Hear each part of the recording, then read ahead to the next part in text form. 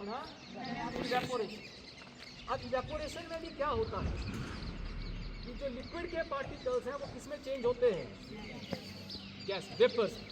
Liquid changes into vapour. Now come in the liquid arrangement, और boys and girls will make the liquid arrangement of liquid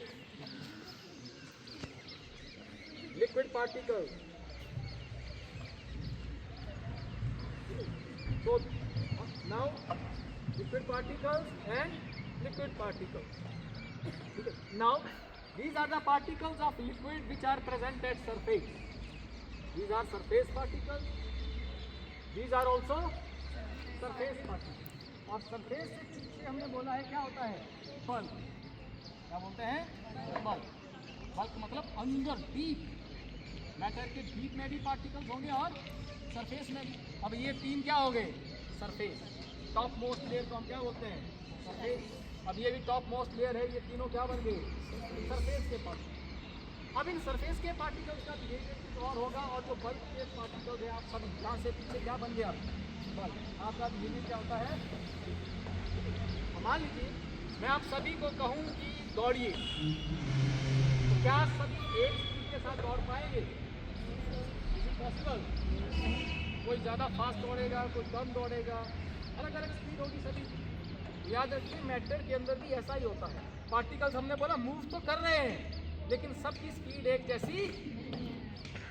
और कुछ particles ऐसे होंगे जिनकी kinetic energy already क्या होती है? हाई। जैसे मान लीजिए आप कितनी गर्ल्स हैं? 18 पार्टिकल्स होंगे। अब 18 पार्टिकल्स में से एक पार्टिकल है, आपका नाम क्या है? नंबर इज द पार्टिकल जिसकी काइनेटिक एनर्जी आप 17 में से सबसे ज़्यादा। और कितने बॉयज हैं? 20 बॉयज में से एक बॉय है, आपका नाम क्या है? अर्थ।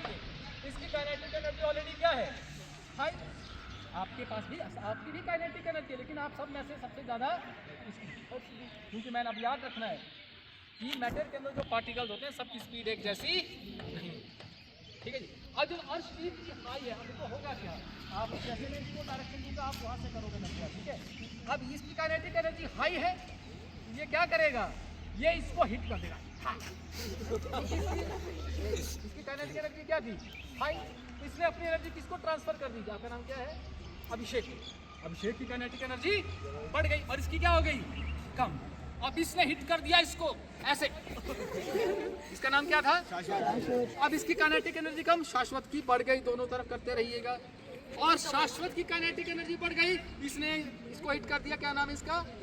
जीवितेश्वर नामक पार्टिकल को हिट कर दिया। और जीवितेश्वर ने दिव्यांश को हिट कर दिया।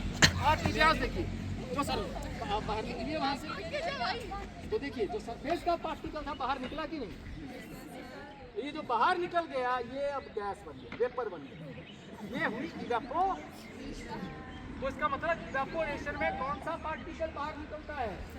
सरफेस का। इसलिए evaporation is always a surface phenomena. लेकिन हेल्प किसने किया है उस सरफेस के पार्टिकल को बाहर निकलने में? बल्क के पार्टिकल। तो बल्क के पार्टिकल की काइनेटिक एनर्जी खुद क्या होती रही? पीछे कम।